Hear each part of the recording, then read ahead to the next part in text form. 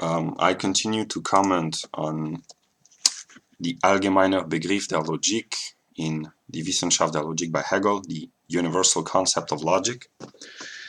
And in the modern West, we can witness, I will try to make connections between the content of the book and daily, concrete, illustrated examples drawn from mostly Western society, because this is the societies that I am most familiar with.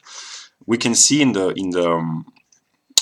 spheres like people gravitating around Stephen Molyneux to say that rationality is good, that the left is too emotional and they lack logic and rationality, and the followers of people like Stephen Molyneux pride themselves in being logical and rational. And the ambiguity of logic is that logic is thought in the forms of necessity. What is rational is necessary, and what is rational cannot be otherwise or different from what it is. So a purely rational view of reality is a view of reality as being purely necessary. So reason, rationality, logic are the realm of necessity, but at the same time, we have, at least men have a tendency, a belief to presuppose that by thinking correctly, which means thinking logically and rationally about the world, we liberate ourselves from ignorance, and that we have a belief that our emotions, our opinions, our prejudices, our biases, when we are moved by these, we do not feel free. We feel that we have an external agent causing us to believe, to think incorrectly, to be moved, to be prejudiced, and we want to liberate ourselves. So liberation from the personal opinions and influences and the empirical tendencies of the self is a jump, if I might say,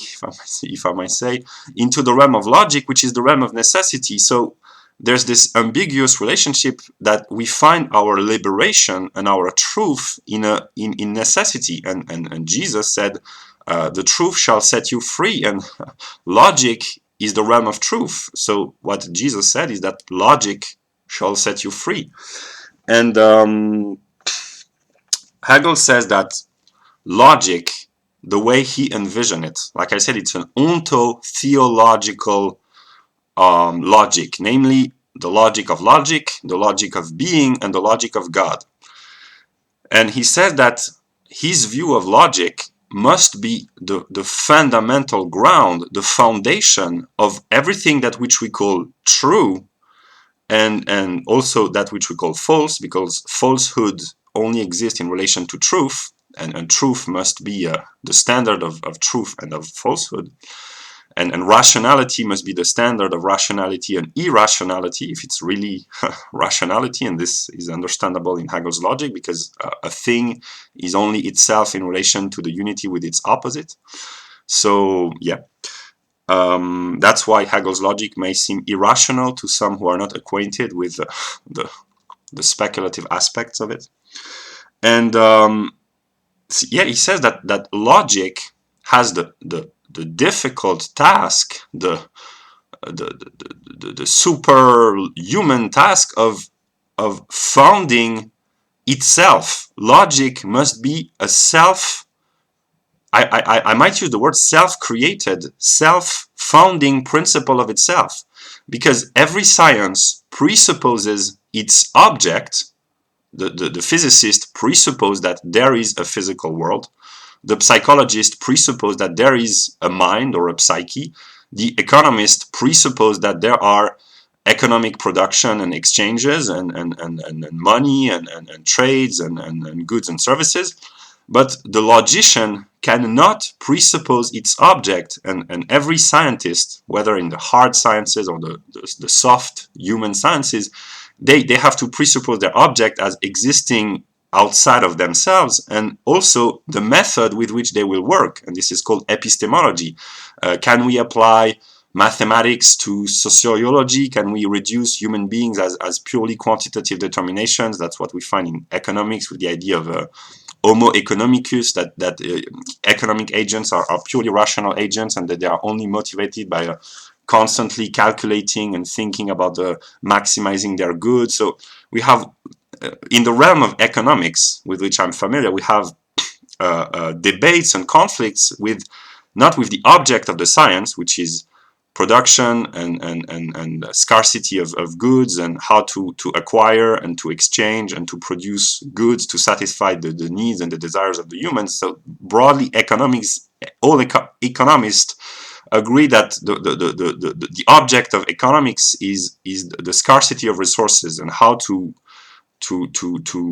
increase and to manage the scarcity of resources. But they disagree profoundly upon the method to apply, and the method is an epistemological construct.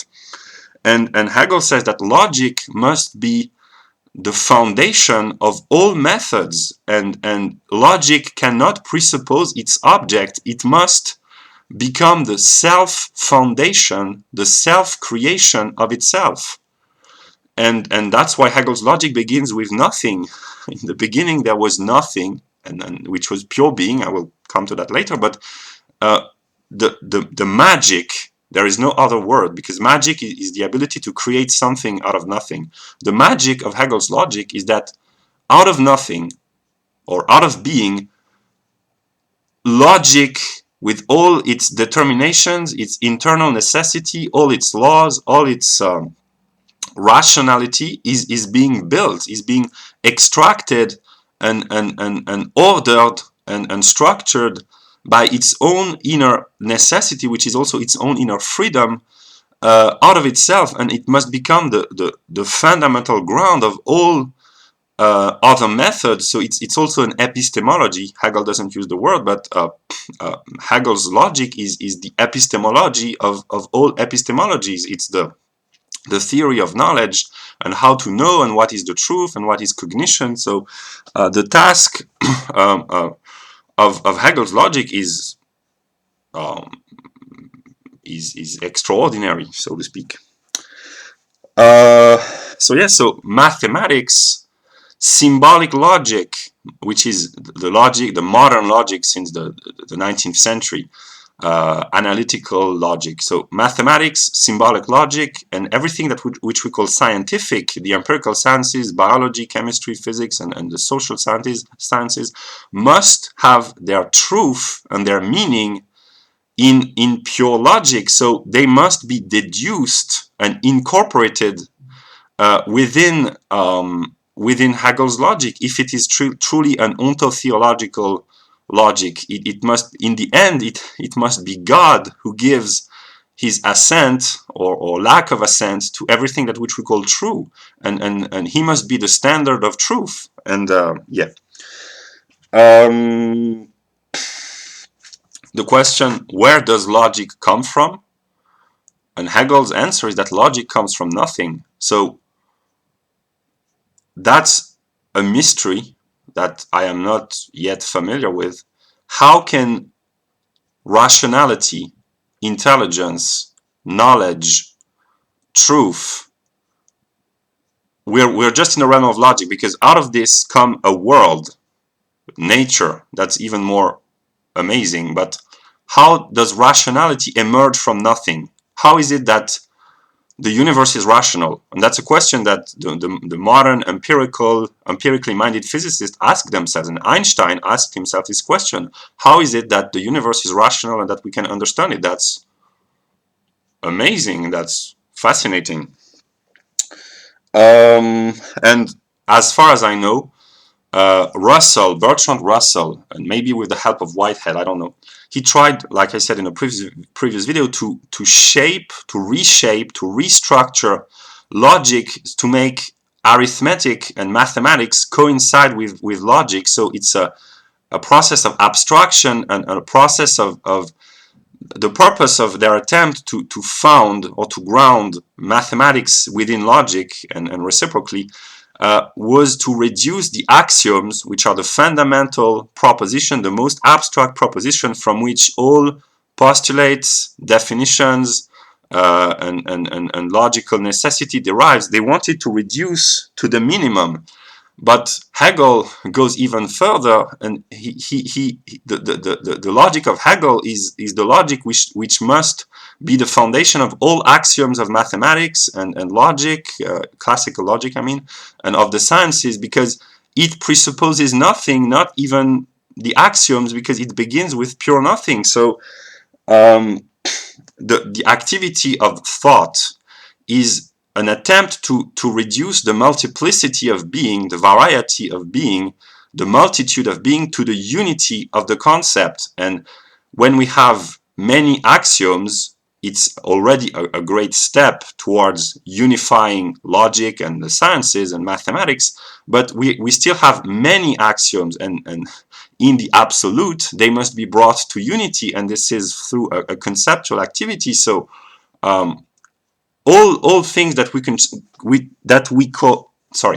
all the things that which we call true, and people in the ordinary consciousness think that mathematics is the standard of truth, that what is mathematically true is true without any doubt possible. But mathematics must be grounded upon logic, that which Russell, which was a anti-Hegelian, understood very well, and that modern logicians and analytical, empirically minded logicians, they accept this also. But all truths, even the most certain, must be in the last resort, and in the mind of God, must be founded upon pure logic, which is the logic of pure being, or pure nothing, extracting itself out of itself and producing all the thought forms, all the thought determinations, all the laws and rules of logic within itself. And that's Hegel's logic. Then he talks about conceptual thinking.